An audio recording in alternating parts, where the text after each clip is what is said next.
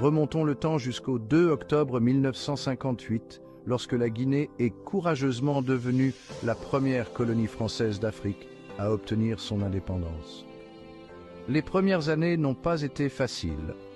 Sous la direction d'Ahmed Sékou Touré, la Guinée a connu l'isolement économique, mais a réussi à construire un sentiment de fierté nationale.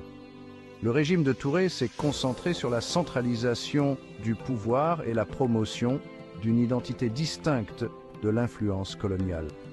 Cependant, son régime autoritaire a entraîné des violations des droits de l'homme et une stagnation économique. Avançons rapidement jusqu'en 1984, après la mort de Touré. Lansana Conté est arrivé au pouvoir par un coup d'État militaire, inaugurant une nouvelle ère. Au départ, on espérait des réformes démocratiques et une libéralisation économique. Cependant, le long règne de Conté a été marqué par la corruption et la répression politique. Les riches ressources naturelles de la Guinée, notamment la bauxite, sont restées sous-utilisées et mal gérées. Le début des années 2000 a apporté un vent de changement. Après la mort de Conté en 2008, une junte militaire a pris brièvement le contrôle avant qu'Alpha Condé ne devienne le premier président démocratiquement élu en 2010. Le mandat de Condé a vu quelques améliorations économiques et des projets d'infrastructure, mais des problèmes tels que la corruption et les violations des droits de l'homme ont persisté. Parlons maintenant du paysage social. L'éducation et les soins de santé se sont lentement améliorés, mais des défis demeurent.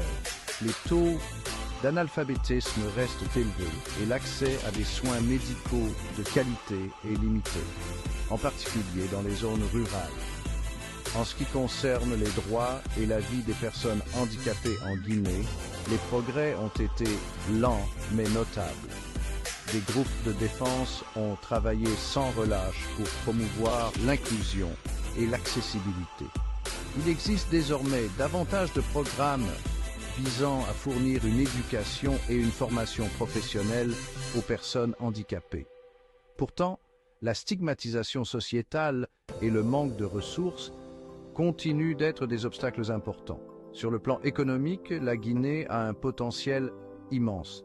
C'est l'un des plus grands producteurs de bauxite au monde et possède d'importants gisements de minerais de fer, d'or et de diamants.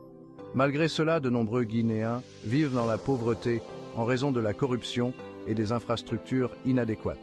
Ces dernières années, des investissements étrangers, notamment en provenance de Chine, ont commencé à exploiter ce potentiel. Politiquement, le pays reste en mutation. Après une troisième élection controversée en 2020, Alpha Condé a été renversé par un coup d'État militaire en 2021. Le gouvernement de transition actuel est chargé de mener la Guinée vers une démocratie stable. Sur le plan culturel, la Guinée est riche en traditions et en diversité. Des rythmes vibrants de la musique traditionnelle aux célébrations colorées de ses nombreux groupes ethniques, la tapisserie culturelle est une source de fierté nationale. Des événements comme le Festival national des arts et de la culture, FENAC, mettent en valeur les talents artistiques et le patrimoine du pays. Alors que la Guinée-Conakry célèbre ses 66 ans d'indépendance, c'est l'occasion de réfléchir au passé et de se tourner vers un avenir prometteur. C'est une histoire de résilience, de défis et d'espoir. La route est encore longue, mais l'esprit du peuple guinéen continue de briller. Et souhaitons un avenir meilleur à tous les Guinéens. Merci d'avoir regardé, et si vous avez apprécié cette plongée historique, n'oubliez pas d'aimer et de vous abonner pour plus de contenu intéressant.